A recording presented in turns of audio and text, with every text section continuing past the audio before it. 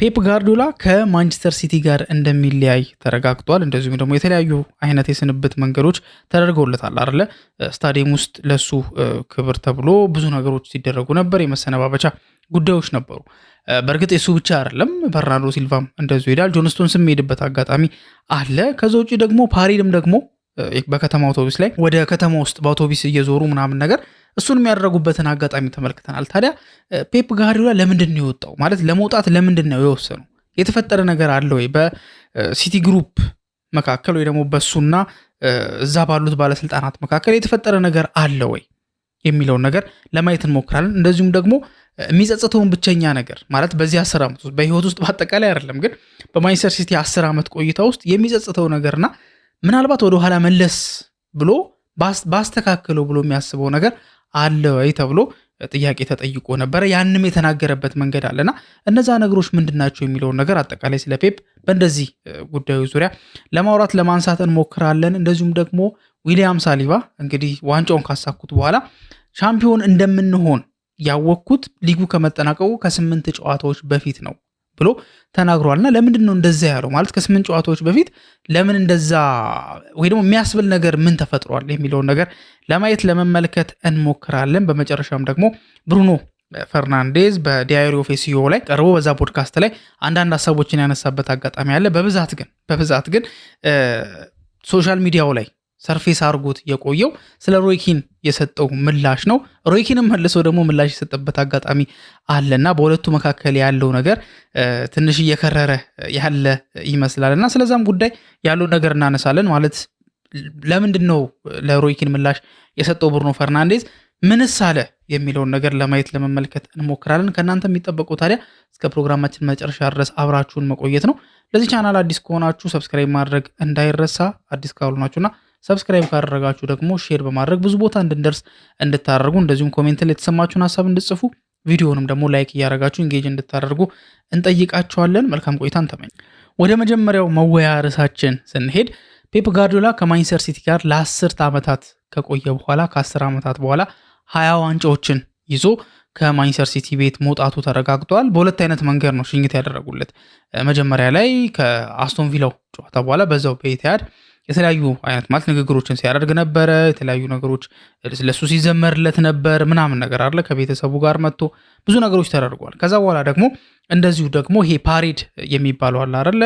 ዋንጫ አንድ ክለብ ዋንጫ በሚያሳካበት ሰዓት ላይ ዋንጫውን ወይ ደግሞ ዋንጫዎቹን ይዞ በክፍት አውቶቡስ ከተማ ውስጥ የሚዘዋወርበት አጋጣሚ አለና እሱም የተከናወነበትን መንገድ ተመልክተናል። ሰኞ ዕለት ነው ይሄኛው የተከናወነውና እንደዛ ከሆነ በኋላ አንድም ለሱ ሽኝት እንዲሆንም ነው ማለት በሲቲ ቤት ኤፍኤ ካፕ እና ካራቦ ካፕ ማለት ይሄ ትልቅ ነገር ሆኖ አይደለም። ምክንያቱም ቻምፒየንስ ሊግን ያሳኩ ናቸው፣ ፕሪሚየር ሊግን ያሳኩ ናቸው። ደጋግሞት 4 ዓመት በተከታታይ ፕሪሚየር ሊግን ማሳካት የቻሉ ናቸው። ቻምፒየንስ ሊግን ማሳካት የቻሉ ናቸው። የዓለም ክለቦች ዋንጫ ማሳካት የቻሉ ናቸውና ካራቦ ካፕ እና ኤፍኤ ካፕ ትልቁ ዋንጫ ሆኖ አይደለም ግን ፔፕ ጋርዲዮላ ሊሸኝ ስለሆነ ለሱ ለየት ያለ ነገር ለመፍጠር በሚል ነበር ፕሮግራሙ ላይ ዝግጅቱ ላይ የተለያዩ ነገሮች ነበር የተፈጠሩት። ምክንያቱም 20ውንም ዋንጫዎች የተለያዩ ሰዎች ዋንጫውን ይዘው ሰርፕራይዝ ገስቶች ነበሩ። ለምሳሌ ፈርናንዲኒዮ ዋንጫ ይዞ የመጣበት አጋጣሚ ነበር። ኤደርሰን እንደዚሁ በረኛው ኤደርሰን ሞራይስ ማለት ነው ዋንጫ ይዞ የመጣበት አጋጣሚ ነበር።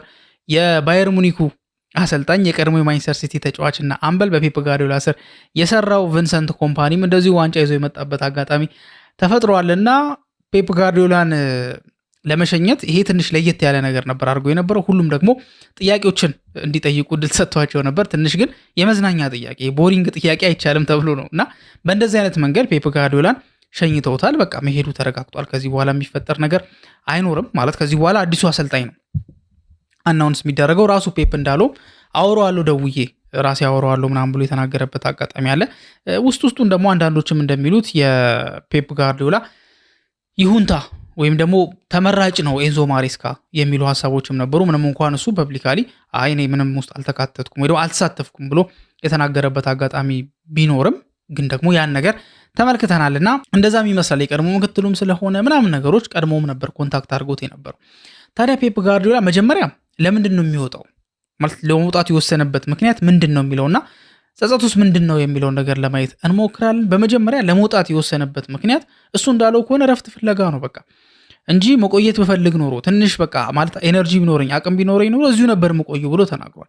እንዲሁም ጋዜጠኛው የፔፕ የስንብት ፕሬስ ኮንፈረንስ ላይ ጋዜጠኛው ጠይቆት ነበር ማለት የርገን ክሎፕ ከመውጣቱ በፊት እንደዚሁ ከ2 ዓመት በፊት ከመውጣቱ በፊት መጥቶ በቃ ኤነርጂ ከውስጤ ኤነርጂ ያልቋል ብሎ ተናግሮ ነበርና አንተም ጋር እንደዛ ነው ወይ ምናምን ተብሎ ሲጠየቅ ኦፍኮርስ በቃ ምንም የቀረ ኤነርጂ የለምና ይሄ ስራ ደግሞ በጣም ዲማንዲንግ ነው ብሎ ተናግሯል። እውነቱን ነው። ምክንያቱም ፔፕ ጋርዲዮላ አክቹሊ በተጫዋችነት ዘመኑ የቆየባቸው ጊዜያቶች አሉ አይደለ?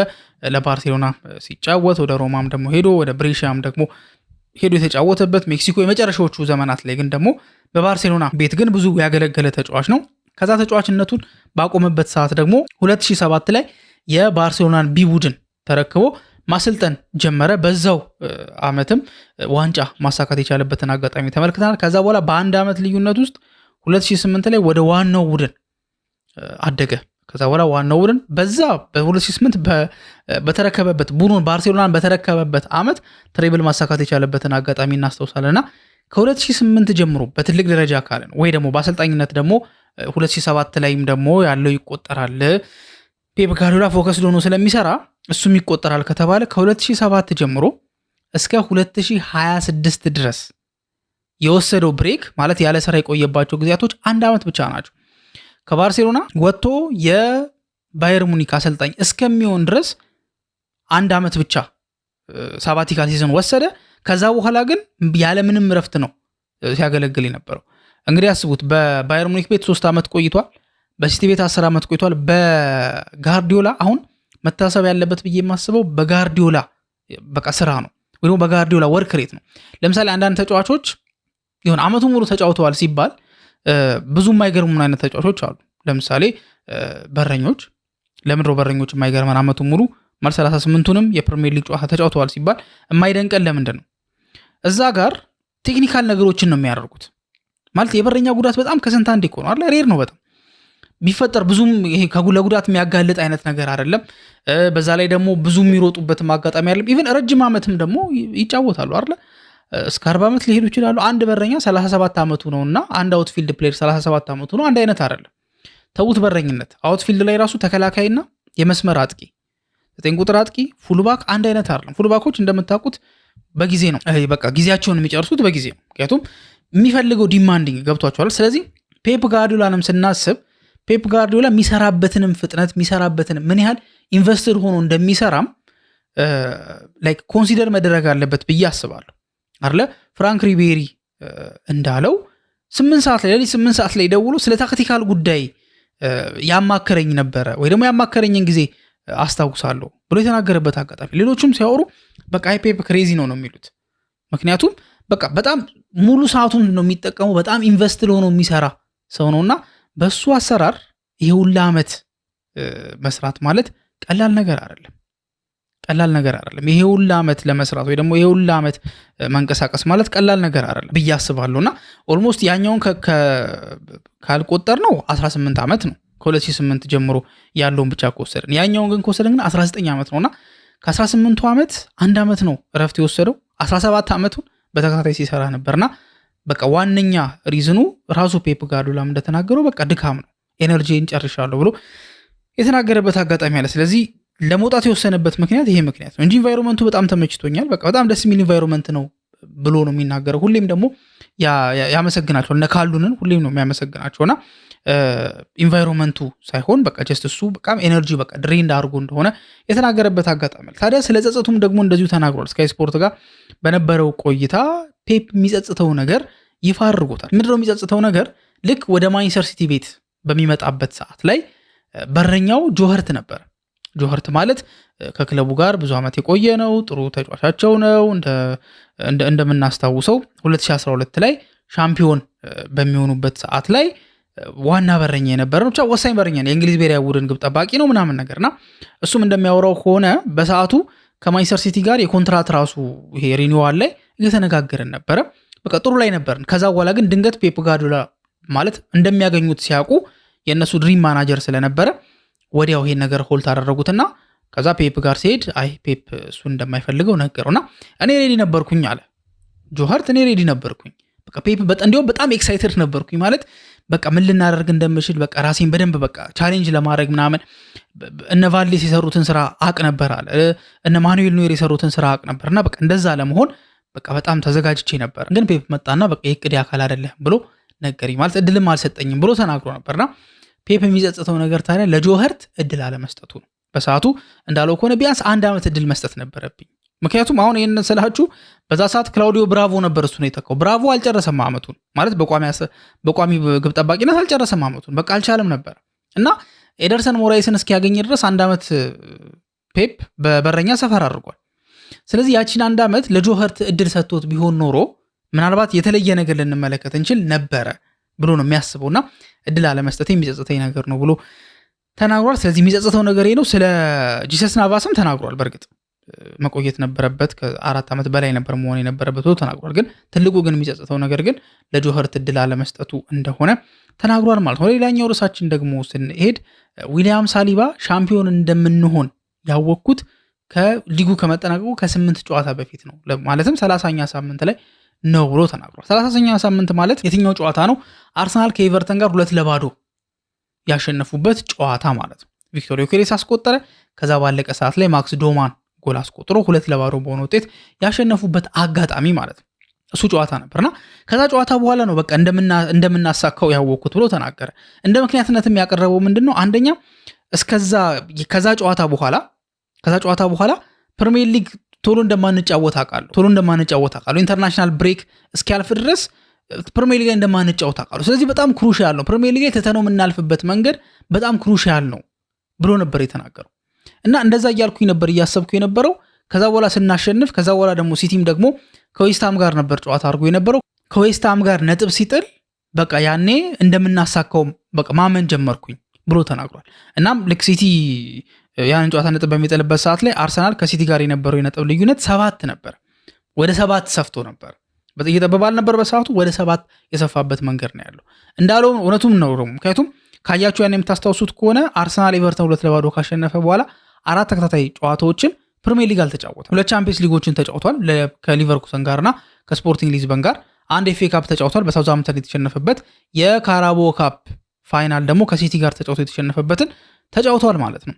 ስለዚህ በጣም ክሩሻል ነበረ ብሎ የተናገረው ያቺ አርሰናል ኤቨርተን 2-2 በሆነ ውጤት ያሸነፈባት ያቺ ሞመንት በጣም ክሩሻል ሞመንት ነች እና እኔ ማሰብ የጀመርኩት ያኔ ነው ብሎ የተናገረበት አጋጣሚ አለ ማለት ነውና ዊሊያም ሳሊባ ሻምፒዮን እንደሚሆኑ ማሰብ የጀመረው ወይ ደግሞ ያወቀው ፕሪሚየር ሊጉ ከመጠናቀቁ ከ8 ጨዋታ በፊት እንደሆነ ይፋ ያደረገበት አጋጣሚ አለ። የመጨረሻው ርዕሳችን ደግሞ የሚሆነው ብሩኖ ፈርናንዴዝ ለሮይኪን መልስ ሰጥቷል። መልስ ሲሰጥም ሮይኪን ዋሽቷል ብሎ ነው የተናገረው። ምክንያቱም ዋሽቷል ብሎ ነው የተናገረው ማለት ሮይኪን ምንድን ነበር ሐሳቡ? ብሩኖ ፈርናንዴዝ ለቡድኑ ስኬት ከመጨነቅ ይልቅ ጀስት ለኢንዲቪዥዋል አዋር ወይ ደግሞ ለኢንዲቪዥዋል ሪከርድ ነው የሚጨነቀው እንጂ ቡድኑ የትገባ ምን አለ የሚለው ነገር አያሳስበውም። በእንደዚህ አይነት ሜንታሊቲ ደግሞ የትም አይደረስም ብሎ የተናገረበት አጋጣሚ ነበር። በጣም እንደዚህ አይነት ሃይፕ በቃ እንደዚህ አይነት እንትን ትክክል አይደለም። እሱ አምበል ነው እንደ አምበል አክት ማድረግ አለበት ብሎ ነበር በጣም ከፍተኛ ወቀሳ ያሳደረበት። ሪያል ኦፊሲዮ ላይ ታዲያ ብሩኖ ፈርናንዴዝ ከስቲቨን ባርሌት ጋር ቀርቦ ነበር።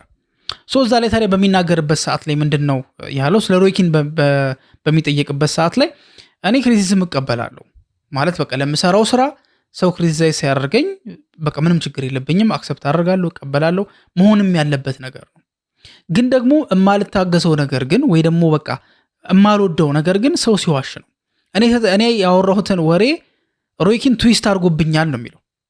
ትዊስት አድርጎብኛል እንጂ በጭራሽ ለአሲስት ብቻ እየተጨነቁኝ ስለ ክለቡ ምናምን አይደለም። ብዙ ጊዜ ደግሞ ከተመለከታችሁ ስለ አሲስቱ በሚጠየቅበት ሰዓት ላይ ብሩኖ ፈርናንዴዝ የሚያነሳው ነገር ዋናው ነገር ማሸነፋችን ነው። በቃ ዋናው ነገር ማሸነፋችን ነው፣ ጥሩ ነገር ማሸነፋችን ነው የሚለው። ሲቀጥል ደግሞ ብሩኖ ፈርናንዴዝ ያደረጋቸው 21 አሲስቶች ማንቸስተር ዩናይትድ ወደ ቻምፒየንስ ሊግ እንዲመለስ አድርጎታል። ጠንካራ ተፎካካሪ ሆኖ እንዲቆይ አድርጎታል። ቀጣይ ዓመትንም ሲያስብ እዛ ቦታ ላይ በቃ ሰው አለ፣ አሁን ሌላ ቦታ ላይ ነው ፎከስ መደረግ ያለበት ብሎ ማንቸስተር ዩናይትዶች እንዲያስቡ ማድረግ ችሏል። ስለዚህ ብሩኖ ፈርናንዴዝን ያስቆጣውና ሮይኪን ዋሽቷል ያስባለው እኔ ያወራሁትን ነገር ትዊስት አድርጎብኛል፣ ለክለቤ እንደማልጨነቅና ጀስት ለኢንዲቪዥዋል አዋርድ ብቻ ለኢንዲቪዥዋል ሪከርድ ብቻ እንደምጨነቅ ነው ያሳወቀው ብሎ የተናገረበት አጋጣሚ አለ። ታዲያ ይሄ ከተለቀቀ ከሰዓታት በኋላ ሮይ ኪን በኢንስታግራም ገጹ ላይ ምላሽ ሰጥቷል። ማለት በፎቶ ነው። እዛ ፎቶ ላይ ምን አይነት ፎቶ መሰላችሁ የተጠቀመው? የሆነች አህያ አለች። ከዛ በኋላ መሀል ላይ የሆነ ስፖት ላይቱ እሷ ላይ ያለ ነገር ይመስላል፣ ድሮይንግ ነው እና እሷ አለች። ከዛ በኋላ የሆነ አንበሶች ደግሞ የሆነ ዋሻ ውስጥ ነገር እንደመደበቅ ነገር ብለዋል። ከዛ በኋላ ምን ይላል ጽሁፉ ላይ? ለአህያ ትኩረት ሲሰጧት አንበሳ የሆነች ይመስላታል ብሎ ነበረ ሮይ ኪን ምላሽ የሰጠው ወይንም ደግሞ ኢንስታግራም ላይ ፖስት ስቶሪ ያደረገው ማለት ነውና በሁለቱ መካከል ያለው ግንኙነት በጣም እየሻከረ የመጣበት መንገድ አለ። በእርግጥ ብሩኖም እንደዚህ አይነት መመላለሶች ውስጥ የሚገባ አይነት ሰው አይደለም፣ በስራ የሚያሳይ ሰው ነው። ሮይ ኪን ግን እንደዚህ አይነት ነገር እንደሚመቸው ግልጽ ነውና ብሩኖ በተናገረው ነገር ሮይ ኪን ስላልተደሰተ እንደዚህ አይነት ምላሽ ሰጥቶታል ማለት ነው። እሱም በጣም አነጋጋሪ ሆኖ የቆየ ጉዳይ ነው። የእናንተስ ሀሳብ ምንድን ነው የሚለውን ነገር ደግሞ በኮሜንት ሴክሽን ላይ ያስቀምጡልን። ስለ ፔፕ ጸጸት፣ ስለ መውጣቱ ምክንያት፣ ሳሊባ ሻምፒዮን እንደሚሆኑ ያወቀበት ሞመንት፣ እንደዚሁም ደግሞ ስለ ብሩኖ ፈርናንዴዝ እና ሮይ ኪን ምን ትላላችሁ የሚለውን ነገር ኮሜንት ሴክሽን ላይ ማስቀመጣችሁ እንዳትረሱ። ይሄ አሪፍ ስፖርት ነው። እዚህ ቻናል ላይ እየገባችሁ ሰብስክራይብ ማድረግ እንዳይረሳ። ኮሜንት ላይ አሁን ያልኳችሁን የተሰማችሁን ሀሳብ መጻፍ እንዳትረሱ። ላይክ ማድረግ እንዳይረሳ። በቀጣይ ፕሮግራም እስከምንገናኝ ድረስ መልካም ጊዜ ይሆንላችሁ።